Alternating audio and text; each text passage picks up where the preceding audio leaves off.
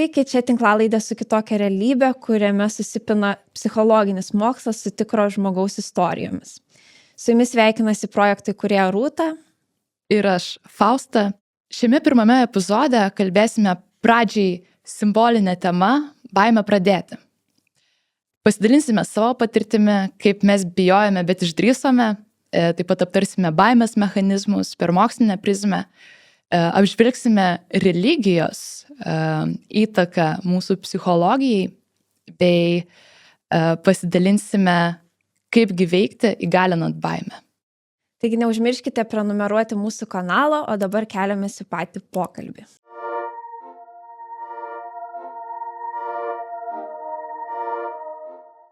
Rūta. Taip. Kaip tu jauties dabar? Išsigandus šiek tiek, atėjo jauduliukas. Tai jo, tai bet žiauriai, labai gerai. Gerai. Jo. O kaip Jo. tu? Aš irgi kažkaip dabar pasikūriau jau, kaip sakant. Jo. Bet jo, va, toks paradoksas ir tau sakiau, ir čia filmuotojui ateinant kalbėjau. Toks paradoksalus jausmas. Tai nėra, kad pirmą kartą filmuočiau podcastą, bet atrodo dar daugiau jaudinuos negu įprastai, negu anksčiau jaudindavausi. Kažkokią atrodo traumą gavau nuo to karto. Ir manau, ta trauma yra apie baimę būti matomi. Mhm. Vat mes kaip ir kalbėjom. Nes savotiškai vis tiek tampi matomų viešų žmogumi, kad ir tave ten gal 200 žmonių žiūri. Vis tiek žiūri. Vis tiek žiūri, jo, ir ten gali komentuoti ir panašiai. Kas labai aišku faina. Aš prie tam podcast'e tai labai priimdavau visus pasiūlymus, atsižvelgdavau į juos, bet būdavo ir tokių, tipo, ai čia žinai, atsiprašant. Ir tada biški kerta per širdį. Jo. Bet kita vertus, kai pagalvoji, kai sulauki grįžtamo ryšio, visada reikia pagalvoti, kas tau tas žmogus yra, ką jisai, kas jisai toks, kad gali taip sakyti. Jeigu taip, jisai turi patirties tame, tai jo, gali ir paklausyti, tada reikia pasigilinti tą grįžtamą ryšį. Bet jeigu tiesiog kažkoks žmogus nuo sofos rašo tau tokius komentarus ar sako, tai tiesiog praeini pro jį ir viskas. Reikia atsižvelgti, koks tas žmogus iš viso, ar tau jis kažką reiškia ar nereiškia, ir nuo to ir priklausys mūsų priėmimas į save tų komentarų. Taip, ir kartais, kad ir nors ir daug reiškia tau tas žmogus, bet jeigu kalbė apie specifinius dalykus, tarkim, kalbėjau apie šitą mūsų projektą dar prieš jam prasidedant su mūsų vaikinu. Su mano vaikinu ir jisai daug, aišku, protingų klausimų uždavinėjo, jisai labai protingas žmogus, bet čia ne jo sfera yra. Ir taip, aišku, skaudėjo kai kurie klausimai, aišku, buvo baimė ir pasirodė durnai, nes neturėjau atsakymų į kai kurios klausimus, bet aš darau šitą dalyką tiesiog iš pašaukimo. Būtent, kartais nežinai, kodėl tai darai konkrečiai, bet tiesiog tave veda. Taip. Tai va, tai biški, žinai, tarkim, su savo vaikinu dabar mažiau apie tai kalbu, nes, noriu save apsaugoti. Mhm. Ir va, apie tą misiją ir baimę. Mhm. Kadangi mūsų vis tiek pokalbio tema baimė pradėti bus. Taip. Galvojau, apie ką man yra ta baimė pradėti. Mhm. Tai va, būtent apie tą baimę būti matomai. Bet mano mentorė, dalyvavau čia LT Big Brother mentorystės programoje ir nuostabi moteris, coacherė Asta Malčiūtė, buvo mano mentorė, linkėjimai jai. Jinai sako, pasverk savo misiją su baime būti matomai. Mhm. Ir Labai geri žodžiai. visada misija bus aukščiau už viską. Mhm. Ir tiesiog tada reikia prisiminti, kad tu esi, ta misija yra nuostabi ir tu esi nuostabus savo pačiu. Jo, mes tiek daug kalbėjom prieš prasidedant šitam podcast'ui, kad dabar atrodo, net nebėra ką sakyti. Kaip ir maniau, kad tai bus. Jo. Išliejom savo mintis. Jo, Ir bet, jo. Žiūrėk, Rūta, šiaip įdomu, fun fact, prieitam podcast'e, kai darydavau dar mokyklos laikais, aš ėmiau už tavęs irgi interviu ir tai buvo vienas žiūrimiausių podcastų, nors tai buvo anoniminė istorija. Taip. Neskaitant ten įžymių žmonių, ką kalbinau, kurie automatiškai pasidalina, daugiau sulaukia peržiūrų. Bet anonimiška istorija, tavo istorija yra be galo įdomi ir tu įkvėpei irgi mane prisijungti. Šis projektas iš tiesų yra tavo idėja. Papasako, kaip kilo šis projektas su kitokia realybė? Tie žodžiai su kitokia realybė jau yra atsakymas man, nes tiesiog aš jaučiausi viduj su kitokia realybė negu kad kiti žmonės. Tai taip ir kilo tas pavadinimas visas. Jo, ir kažkada, ką prisimenu, tai iš tikrųjų tokia priešistorė nusikeldama. Tai kažkada, kai vis tiek aš sergu depresiją ir man kildavo daug minčių neigiamų ir panašiai, ir kažkada mama tiesiog sako, atsiversk Bibliją. Bet kokį puslapį. Ir aš atsiverčiau ir ten nežinau, kas tiksliai buvo parašyta, bet man taip surezonavo, kad esmė, kad mes visi šioje žemėje esam kažkam, visi kažką turim padaryti dėl kitų. Ir supratau, kad aš turiu ne tik save gelbėti, bet ir kitus, bandyti bent vieną gyvybę išgelbėti. Ir tai jau bus mano planas kažkokia misija, tiksliau, pasiekta. Tai aš kažkaip pagalvojau, kad man reikia kažką daryti, stengtis dėl kitų. Ir kažkaip atsirado šitas projektas jau po, nežinau, 6 kokių metų, 7. Po to atsivertimo Biblijos, kas visiškai atrodo, nežinau, nereikšminga gal, bet ką mes kartais perskaitom kažkur, tas gali taip suklikint, kad mes visą gyvenimą prisiminsim ir dabar aš ir prisimenu žiūrėdama į šitą pavadinimą, kad viskas prasidėjo būtent nuo tos akimirkos. Tai jo, tai tiesiog noras padėti žmonėm, kurie yra su kitokia realybė.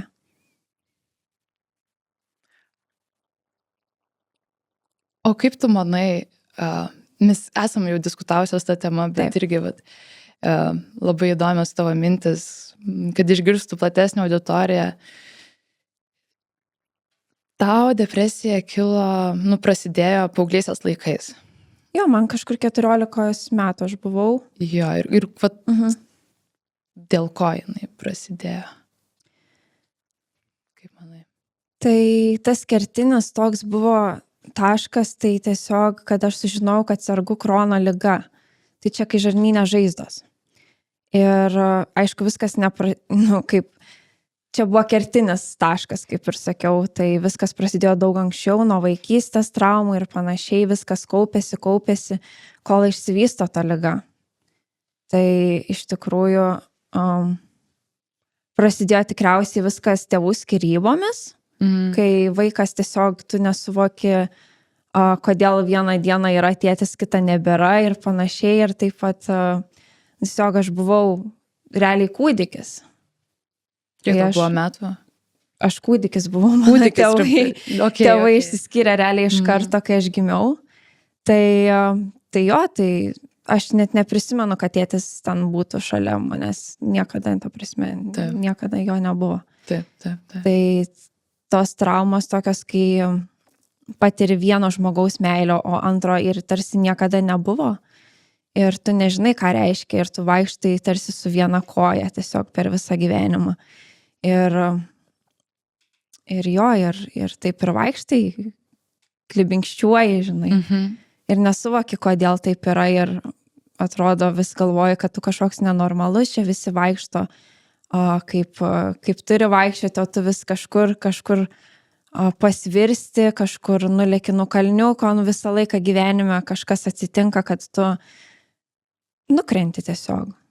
Tai Jo, kažkas pakiša koją jo, ir nebėra ant ko atsistoti. Ja. Ir taip atsiranda dar daugiau bėdų.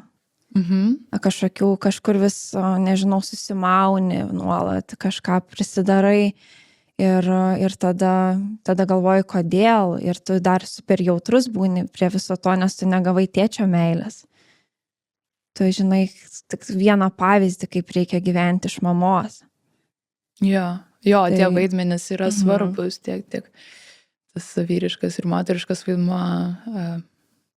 Tiesiog neskirstant taip stereotipiškai, bet tiesiog moteriška ir vyriška energija vaiko gyvenime yra svarbi. Tai ką dar norėjau pabaigti, tai iš tikrųjų tada ir atsirado po truputį panikos priepuoliai, po tų visų nukritimų ir panašiai. Ir po panikos priepuolio atsirado ir automatiškai ta Crohno liga, kuris susijusi labai su stresu. Labai, ja. Tai nes mūsų tiesiog psichika labiausiai susijusi iš tokių fizinių organų, tai širdis ir žarnynas, kiek žinau. Taip, ir antinkščiai dar. Aha. Tai taip ir atsirado ta liga, po kurio sekė depresija iš karto. Tiesiog iš karto. Man diagnozavo Crohno ligą Liepą, depresija gal spalio ar rugsėjį, kažkas tokio. Tai va. Jo, aš dabar skaitau, kaip daug baisių ligų kyla iš tikrųjų nuo streso, tas pats vėžys, tos pačios autoimuninės ligos. Ir vat būtent depresijos metu, kad ir pirma, tarkim, depresija atsiranda. Ir daug kas depresiją sergančių turi žarnyno problemų, opų visokių. Taip.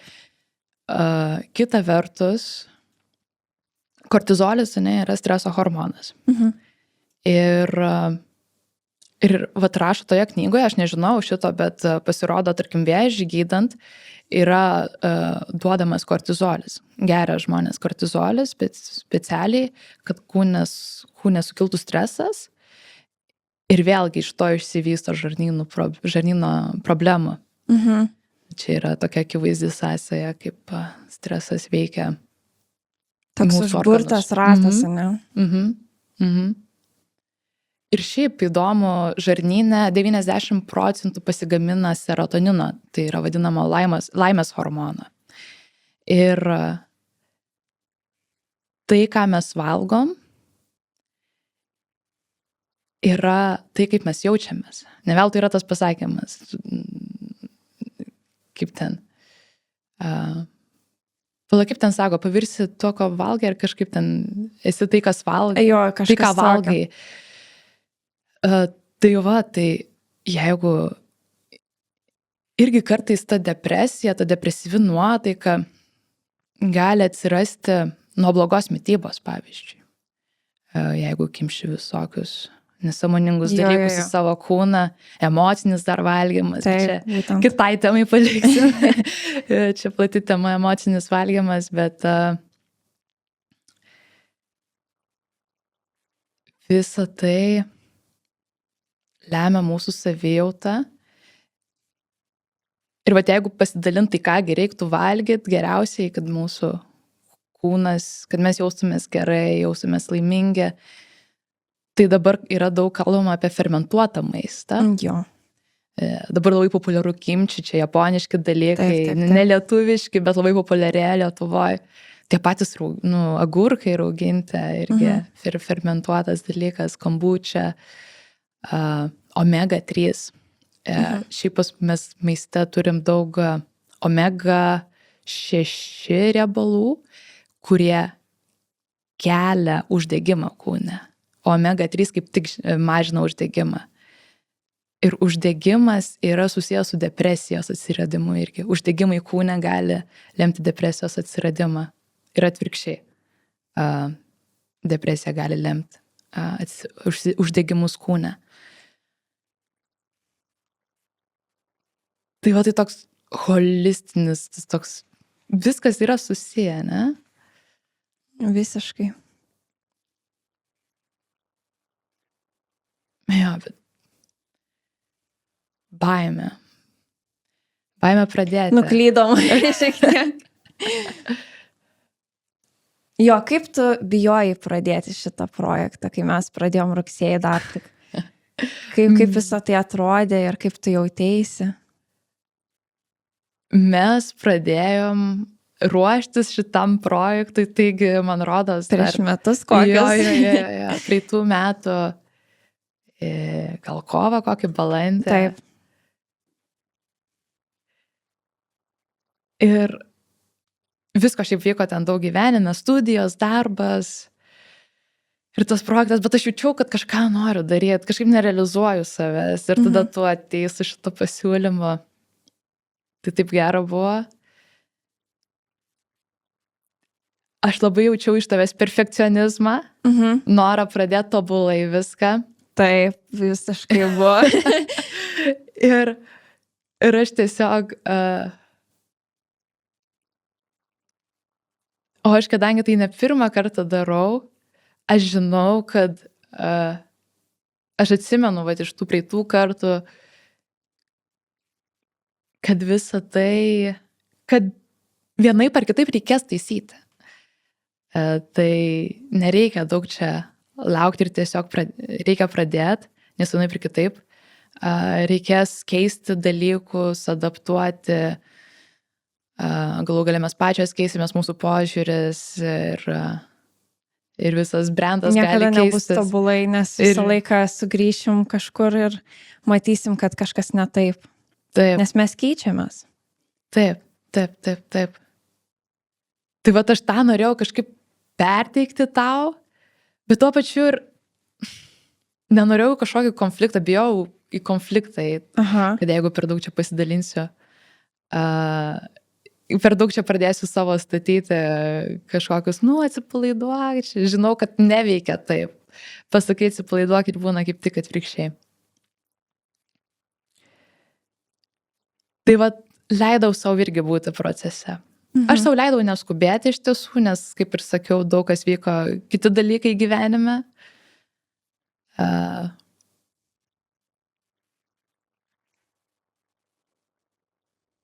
Bet jo, vėl grįžtu į tą baimę būti matomai.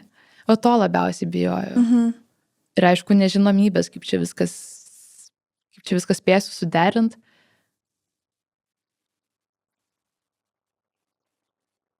Bet irgi taip gyvenimas viską sudėliojo, čia dabar daug atleidinėjimų vyksta ir aš tapau viena iš jų dalimi. Kaip tik tuo metu, kai pradėjom projektą, mažino mūsų komandą ir tarp jų buvau ir aš. Taip atrodė, viskas susidėlioja į savo vietas. Bet jo, baimė įdomus jausmas, ne? Šiaip jisai naudingas, jisai reikalingas. Taip, būtent mes dar prieš podcastą kalbėjom, kaip jisai saugomus. Jo, jisai mums skirtas yra apsaugot. Ir labai įdomiai pas mūsų veikia smegenyse yra manoma, laikomas jau tokio požiūrio, kad yra tokios senosios smegenys mumise ir naujosios smegenys. Tai senosios senose smegenyse yra migdolas, amygdala angliškai, ir hipokampas, migdolas yra atsakingas už jausmus, o hipokampas už atmintį. Jeigu dabar neklystu, bet žodžiu, jie ten labai veikia vienas kitą ir ten baimė atsiranda toje dalyje. O mūsų naujosios smegenys, tai pavadinkim, tai yra, tarkim, kaktinė dalis, kuri yra atsakinga už sprendimus, už racionalumą, mūsų protingumą ir panašiai, negeba suvaldyti visą šitą. Taip. Jeigu šiaip savo neturim kažkokių įrankių, kaip pažaboti visą tai. Tai šiandieninėme pasaulyje yra daug iracionalios baimės, tai yra tokios beprasmės, nereikalingos baimės, kurias yra sunku suvaldyti. Tarkim, vaikystėje turėjom kažką pristatyti prieš visą klasę ir pradėjo iš mūsų juoktis. Ir va dėl to atsiranda ta baimė, tarkim, scenai, viešajam kalbėjimui, prieš auditoriją. Traumų? Dėl va tokių įvykių. Mažyčių tokių nutikimų kartais mes nesusimastom, kaip gali vat vienas kažkoks dalykas paveikti visą gyvenimą kartais. Ir va tarkim, aišku, vaikystėje mes esam, mūsų smegenis lyg molis labai lengvai lipdosi, minkosi, labai priema viską iš aplinkos. Tai va toks vienas mažas nutikimas gali turėti įtakos visam mūsų likusiam gyvenimui, jeigu mes nesąmoningai einam per jį. Ir kiekvieną kartą, tarkim, atsiradus vėl prieš žmonių publiką, stovint prieš žmonių publiką, mūsų senosios smegenys aktyvuojasi, čia pavojinga. Iš manęs vėl gali juoktis, aš galiu būti atstumtas, kas irgi žmogui labai svarbu, ne jaustis priimtam. Aplamai, būti bendruomeniai. Tai vat smegenys iš karto reaguoja pavojus, baimė, grėsmė tavo gyvybei, nors iš tikrųjų jokios grėsmės čia nėra. Kažkokia baimė mirti atrodo kartais būna, netgi tiesiog kūnas tiek sureaguoja, kad atrodo visi, nežinau, išsiskiria kažkas iš kūno, kur tikrai atrodo mirsi, panikos priepuoliai tie patys, dar kažkokie rankų drebėjimai ir panašiai. Tai man tai labai pažįstama ir aš irgi prie ko norėjau prieiti, kad tiesiog man pačiai baimė pradėti buvo apie tą netobulumą, kaip tu sakai, kad aš norėjau būti perfekcionistė ir aš tokia esu iš tikrųjų. Bet grinai kilo labai pasireiškė šitam projekte mano perfekcionizmas. Aš tikrai labai norėjau ir labai mokinausi su savim per šitus metus, nežinau, kiek mes čia ir dar prieš tai, kai buvau pradėjus pati viena, tą projektą jis visiškai nebuvo tobulas, aš neturėjau įrankių, nemokėjau jais naudotis ir panašiai, tai labiau atėjo su tavim man šitas perfekcionizmas iš tikrųjų.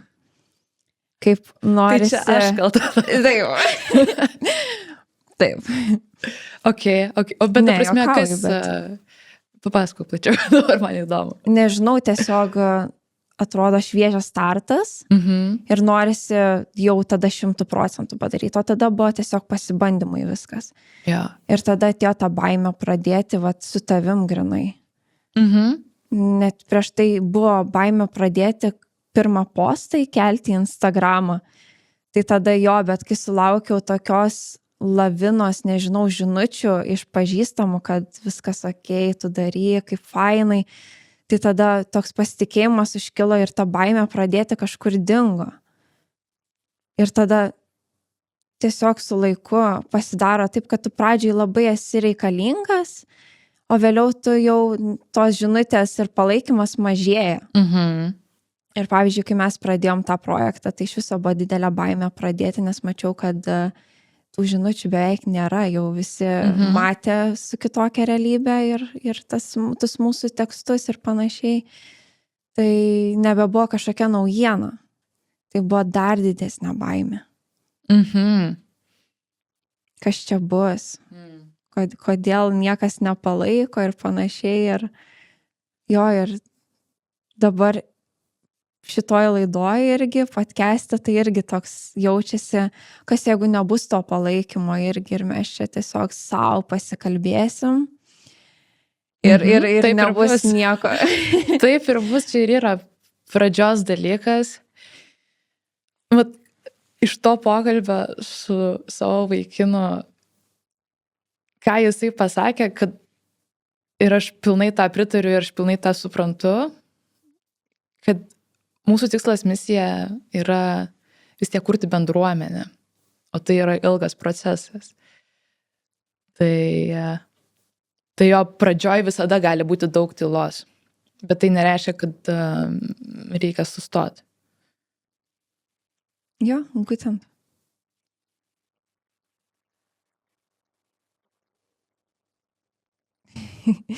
Ir šiaip kažkaip mane vat, labai kankindavo tą baimę visą laiką. Tai irgi čia naujienlaiškiam pačiam pirmam rašiau, kad Ready is a lie. Tai man toks buvo kertinis, kurį aš kažkur išgirdau, nežinau kur, bet tiesiog man taip surezonavo, kad jo viskas atrodo pasikeitė. Net. Kad būti pasiruošusiam yra melas. Taip. Ir kažkaip pradėjo keistis nuo to laiko dalykai, apie baimę pradėti. Kad aš anksčiau skaitydavau ir knygų, ir podcastų prieš ruošiantis kažkam, ten, nežinau, naujienlaiškius tus pačius rašant. Dabar aš tiesiog atsisėdu vieną vakarą ir rašau, ką aš noriu to laiku pasakyti, būtent be jokių pasiruošimų. Nežinau, geriausiu atveju podcastą paklausau ar kažkokį tais ir tada. O dabar tai visiškai atrodo be pasiruošimo, susikaupimo, tiesiog kas tuo metu plaukia iš manęs. Jo. Manau, daugelis žmonių turi tą tokį išankstinį nerimą. Iš ko ir ateina tas noras būti 100% pasiruošusiam, nors nėra įmanoma. Ypač kai tu esi su kitais žmonėm, prieš kitus žmonės kažką darai. Nes tu kitų žmonių nesukontroliuosi, ne? Taip, būtent. Bet yra tas noras. Ir tas išankstinis nerimas, kiek domėjausi, ateina vėlgi iš vaikystės. Vaikystė nuostabus laikotarpis. Visus traumuojantis. Labiausiai, jo, visus gadinantis laikotarpis. Vaikystė. Nei vienas, man rodos, neturim tobulos vaikystės. Bet tarkim, psichologai gali numatyti, kaip vaikas suaugęs, kai jau suaugs, reaguos į nežinomybę, į neapibrėžtumą.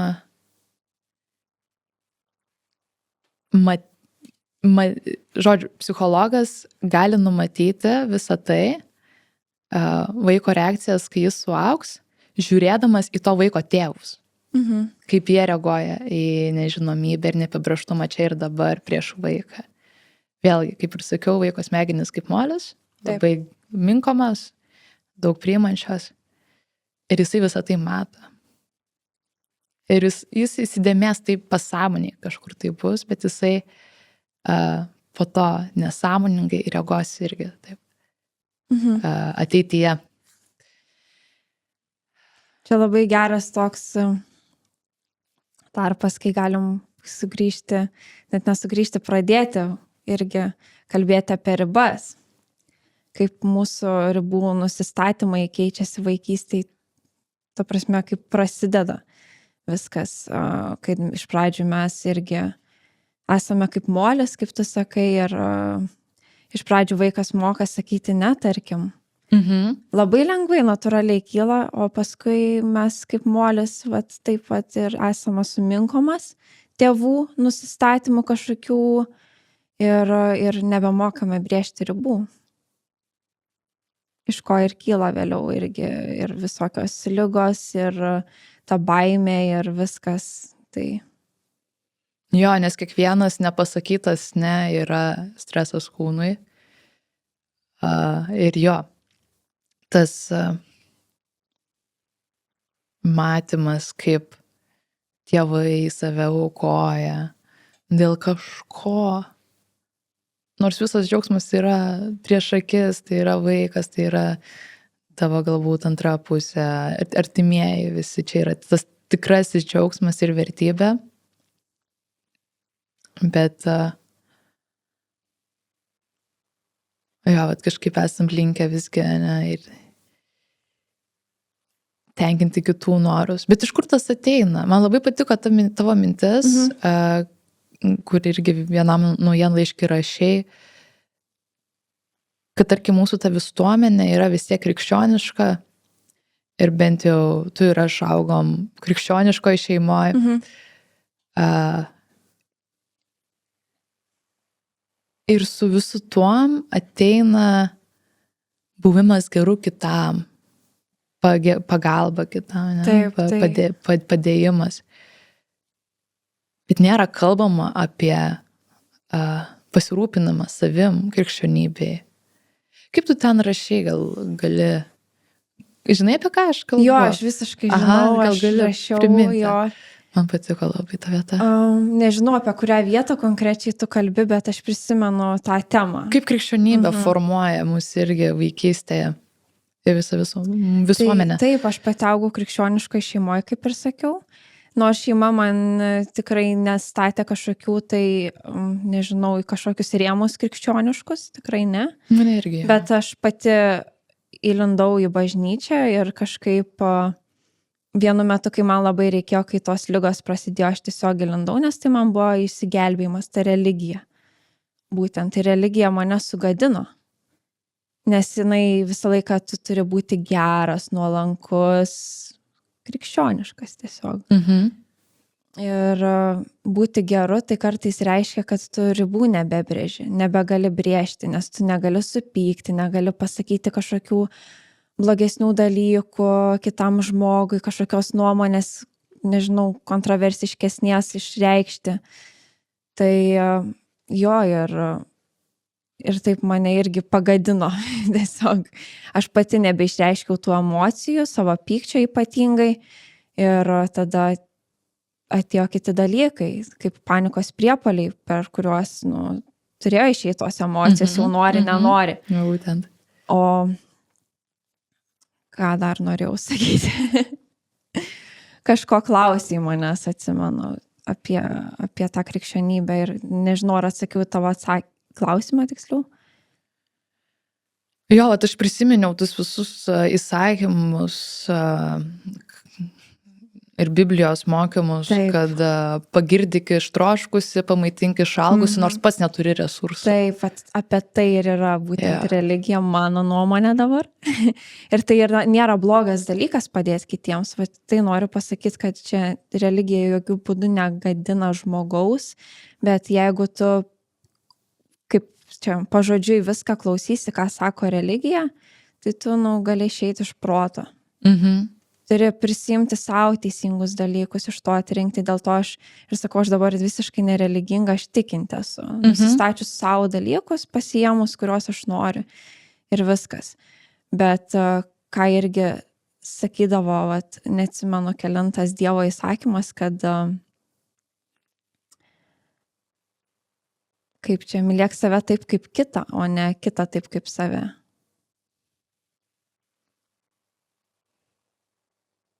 Ar supratai, apie ką aš? Kad po pirmo eina meilė savo, tada eina kitam žmogui meilė. Jeigu mes savęs nepamilsim, tai pirmiausia turim pamilti save, tada kitą. Jo, čia auksinė taisyklė. Psichologijos irgi auksinė taisyklė. Nežinau, ar teisingai išsireiškiau, dabar galvoju, ar mylėk save taip, kaip kitas sakė. Mylėk save.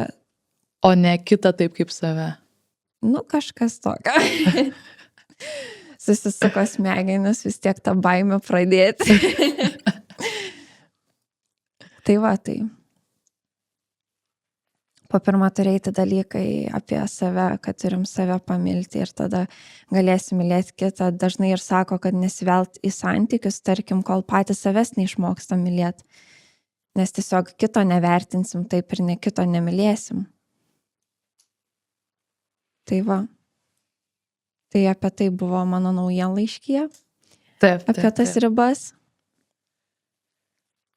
Aš dar skaičiau vieną knygą. Kažkas apie nerimą. Labai tokia stora balta knyga ir žodis nerimas yra ant viršelio parašyta. Ten norvegų psichiatro, man rodos, knyga, neprisimenu pavardės. Bet jisai taip, ten labai šiaip įdomi knyga, jisai ir apie visuomenę rašo, tokį per sociologinę perspektyvą ir apie kultūrinius niuansus. Ir būtent apie tus kultūrinius niuansus. Mūsų visuomenė, vėlgi žiūrint per religijos perspektyvą, kas turi be abejo daug įtakos mūsų visuomeniai, nors ir daug netikinčių dabar yra. Bet žodžiu, žiūrint per šitą perspektyvą, mes esam katalikai, taigi. Yra protestantai ir dar visos kitos rūšis krikščionybės. Bet mes esam katalikai. Ir katalikybei yra daug einama per gėdą. O protestantiškose, evangelistiškose kultūrose yra einama per kaltę. Ir Ta prasme, keletus jausmus visuomeniai, bendruomeniai tam tikrai. Jo. Nors irgi dabar, ne, atsiminus bažnyčios procesus visus, ten turi sakyti, aš esu kaltas, ne? Bet kažkaip vis tiek nuvedama yra iki gėdos, o gėda yra paralyžiuojantis jausmas. Tu tiesiog į save sueini ir viskas, ir tiesiog susispaudi savyje. Kur viskas į tave tiesiog. Jo. Gėda. O kaltė yra kitoks jausmas. Kaltė verčia tave tobulėti ir taisyti situaciją.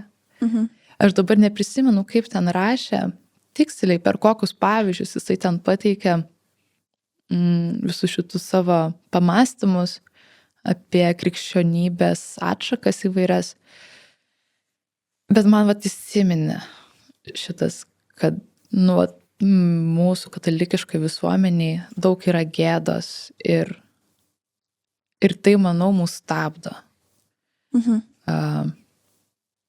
Siekti tikslų, eiti, vykdyti savo misijos, kurią jaučiam, kad turim gyvenime. Ir man, tarkim, šitas mūsų pokalbis klausytojams yra apie tai, norisi užmotyvuoti vis tiek nebijot pradėti, kad ir kaip bijai, įgalinant tą baimę. Nes kaip ir kalbėjom, baimė yra visgi geras jausmas, reikalingas, bet reikia suvokti, apie ką jinai yra, iš kur jinai ateina. Tai gal galėtum pasidalinti, kaipgi tu įveikiai baimę? Dabar galvoju, kokia ta frazė yra, kaip tik pat kalbėjai, ir aš galvoju, kad reikia eiti ne per baimę, o per drąsą. Aišku, ta baimė vis tiek išliks, bet labai svarbu, su kokia intencija mes eisim. Tarkim, aš irgi šiandien labai bijojau irgi vienu metu, tai tiesiog galvoju, kad reikia eiti iš to excitemento tiesiog. Kažkaip galvoti, kokia aš dėkinga esu, nes dėkingi žmonės yra laimingi, kaip sako, o nelaimingi yra nedėkingi, tai aš iš to dėkingumo ėjau ir džiaugiausi, kokia aš dėkinga, kad turiu tave, kad tu atėjai šitą projektą ir panašiai, ir man tai tiesiog sukėlė kažkokį tokį šviesumą akyse tiesiog, kur kartais iš baimės mes taip sustingstam, kad tiesiog nebematom nieko ir aplinkui net tikrai akyse kartais aptemsta, atrodo, neberealu kažkaip, neberealybė kaip sapne, ir dabar biški jaučiuosi taip, bet šiaip tai tas dėkingumas man kažkaip irgi tą baimę šalina. Dėkingumas. Jo, labai geras jausmas. Yra netgi toks pratimas žmonėms, kurie jaučiasi liūdnai, galbūt į depresiją yra linkę. Tokia 2 minučių praktika, vadinasi, tiesiog įsivardint 3 dalykus, už ką esi šiandien dėkingas.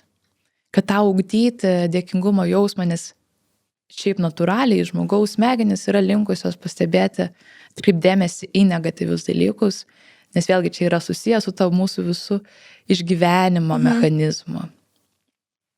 Ir vis pastebėti, kur čia mums baimė, kažkoks pavojus gali kilti. Čia yra, mes esame natūraliai linkę taip galvoti. Bet kadangi mes gyvenam saugiam pasaulį, ganėtinai, gyvendavom, dabar truputį pavojingesnis pasaulis atrodo yra. Bet vis tiek ganėtinai komfortiškai gyvenam, tikrai mažai patiriam pavojaus. Daugiau patiriam dabar pavojaus per maistą ir savo gyvenimo įpročius, Taip, būtent. negu ten, kad mus kažkokia meška, žinai, pagautų vidury miško ir užpultų. Ta reali grėsmė, ne? Tai linko aš linkiu, kad turim sąmoningai ugdyti savį dėkingumo jausmą. Diegti. Nes nesam mes linkę natūraliai tą daryti. Tai irgi, manau, čia gali padėti ir su to pačia baime, žinai, kovoti. Nes irgi dar kitas dalykas, apie ką yra ta baime, tai yra apie savikritiškumą. Baime pradėti. Mes kiekvienas turim viduj vidinį kritiką, ne? Ir jisai mus stabdo dažniausiai. Ne kažkas kitas, o jisai būtent mes patys save stabdom. Ir kaipgi tą vidinį kritiką galim tildyti, tai irgi per dėkingumo praktiką savo. Dėkingumas savo, dėkingumas kitiems irgi. Esu dėkinga, kad su tavim galiu šitą projektą daryti. Ir aplamai yra drąsiau. Šiaip nemažai verslų, tarkim, prasideda ne nuo vieno žmogus. Dažniausiai būna bendra įkūrėjai. Taip. Nes dvi smegenys geriau negu viena, negu vienos smegenys. Ir tuo pačiu gali ventiliuotis vienas kitam, kai kas nors nepasiseka, nes daug būna nesėkmių, kuriant kažką, pradedant, ypač pirmą kartą kažką kuriant. Tai man būtent dėl to ir drąsa ta tiek su tavim irgi šiek tiek ir tą baimę pradėti tuo pačiu, kaip ir minėjau, bet ir buvo tos vidinės drąsos tokios, kad aš nesu viena, nes kartais mes galim jausti ir baimę, ir drąsą, čia visiškai vienu metu mes galim jausti labai daug dalykų. Tai buvo irgi ta drąsa, kad, aš ne viena, jeigu kas mane pataisys, kažkaip kažką aš nuomonę galėsiu pasiklausti. Faustas, tai drąsiau buvo į tą baimę žengti iš tikrųjų. Jo, kartu visada drąsiau. Bet aš dar čia porą irgi dar praktikų esu prisiminusi, kas dar gali padėti baimę įveikti. Čia tokios mokslo patikrintos praktikos, ką galim taikyti savo. Tai rašymas, užsirašyti, kas blogiausio gali nutikti. Nes dažniausiai čia ir yra tas... Įsivardinimas dalykų padeda. Jo. Nes dažniausiai ta baimė pradėti yra apie išankstinį nerimą, kaip kalbėjau. Išankstinis nerimas yra galvojimas apie nesėkmę ar neigiamas pasekmes, nors jų tikriausiai net nebus tokių, bet...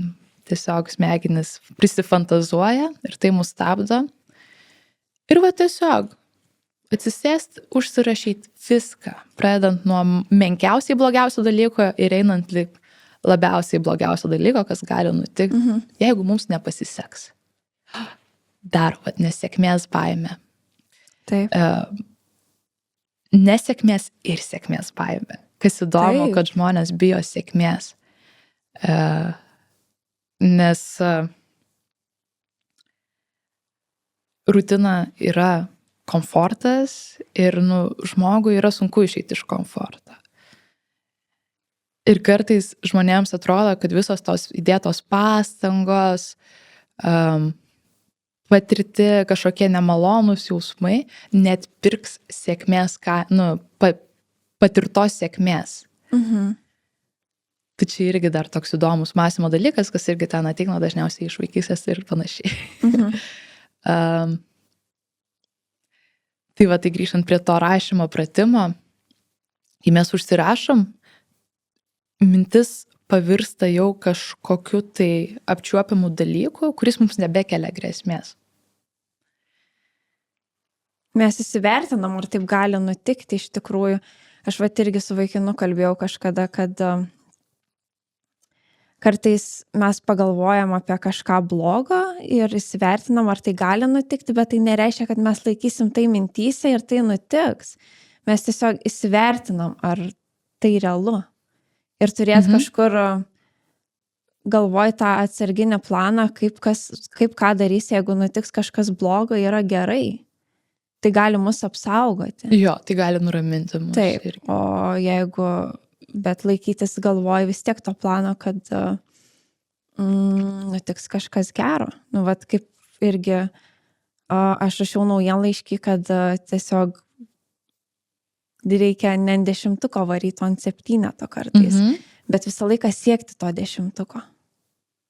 Siekti 10, bet jeigu nepasieksim, bus gerai ir 7. Tai tarkim, ir dabar aš jaučiu, kad daug ko neišsakysiu ir panašiai, bet manęs tas 7 tenkins, nes aš žinau, kad čia pati pradžia ir viskas bus gerai. Ir nors vis tiek norisi to 10 labai, bet man 7 pilnai mane patenkins. Jo, va čia irgi mąstymo keitimas, požiūrio keitimas. Nes daug kas priklauso irgi nuo požiūrio. Ir va čia sekantis žingsnis būtų, kai mes išsirašom, įsivardinam savo baimės, Taip. tada pereiti prie požiūrio pakeitimo, į tą mąstymą, kad viskas bus gerai. Ir tarkim, į tas klaidas, į klaidų žiūrėjimą, kaip į galimybę mokytis. Tai va, tai čia viena tokia praktika būtų, o kita praktika yra paprasčiausias pasikalbėjimas su kitu žmogum, ryšio turėjimas, ryšio kūrimas, artimo ryšio, kokybiško ryšio turėjimas. Nes dažniausiai visos tos baimės kyla mūsų galvoje ir mes galim net nepasibėti, kaip užsisėdim tose mintyse. Bet kaip pasidalim... Grovaliuojama, ne? Taip. Kaip karvė žolė. Taip, ir va tas pasidalinimas su kitu vėlgi padeda suprasti, kad visos tos mintis tai yra mintis, tai nėra tikrovė. Ir tuo pačiu dar žiūrint iš tokios medicininės pusės, žiūrint iš hormonų, daug hormonų pasigamina gerų, kaip oksitocinas, meilės hormonas, ryšio hormonas. Endorfinai, man rodos, skausmą tą nuima. Tokį, kur baimę gali kelti, stresą nuima. Taip. Dopaminas motyvuoja. Irgi pokalbis. Kai tau draugas pasako, taigi viskas gerai, daryk, aš tikiu tavim, kaip pakyla motyvacija, eini ir darai ir griauni kalnus. Tai va tokie du paprasti metodai, bet labai veiksmingi. O pati naudoji kažkurį? Išsikalbėjimą. Išsikalbėjimą labiausiai. Jo, turiu artimų, porą gerų artimų draugų. Ir aišku, tarkim, apie šį projektą su tavim galiu pasikalbėti. Ir nu tiesiog toks palengvėjimas, atrodo, fizinis palengvėjimas ateina. Aš tai labai naudodavau tą dėkingumo dienoraščio rašymą. Ir dabar buvo blogesnės dienos, tai irgi vaikinas sakė, rašyk vėl viską, daryk, kad tas dėkingumas, kaip ir sakiau, keičia viską kartais. Tai tas tiesiog užrašyt bent vieną dalyką, kuris nutiko gerą šiandien. Tai aš labai, kai man būdavo depresijos epizodai, tai aš labai naudodavau, nes tu tuo metu galvoji, kad viskas blogai ir čia nėra nieko gero. Bet kartais reikia savo padėkoti vien, kad tu galvą išsiplovai, šiandien pavalgiau. Ir tai jau labai didelis dalykas, supranti, kad kažką tu dėl savęs padarei ir tokio mažo. Ir tas maži dalykai kartais tampa labai dideliais, nes tai tavo gyvybę gelbsti, tarkim, pavalgymas. Tai čia esminis dalykas, bazinis. Jo, tie visi dėkingumo praktikos labai svarbios, kai tikrai žmogus gilioje depresijoje yra. Ir va, tie padėkojimai savo už paprasčiausius dalykus yra labai veiksmingi. Bet kaip ir sakiau, tai yra įgūdis, kurį reikia ugdyti, nes tai nėra natūralu mums, neateina tai natūraliai. Manau, galim jau eiti į pabaigą. Aha. Tai ačiū, kad klausėtės. Pasidalinkite komentaruose, kas jums padeda įveikti baimę. Ir jeigu patiko turinys, nepamirškite paspausti, prenumeruoti, patinka ir pasidalinti su kitais. Taip pat, jeigu turite pasiūlymų, ką norėtumėte toliau išgirsti, kokiamis temomis arba kokius pašnekovus norėtumėte išgirsti, parašykite mums privačiai per mūsų socialinius tinklus arba paštu. Bei jeigu turite kokių pasiūlymų, kaip galėtume gerinti turinį, irgi labai jų lauksime. Su jumis buvo Rūta ir Fausta, tinklalaidėje Su kitokia realybė. Iki kitų kartų.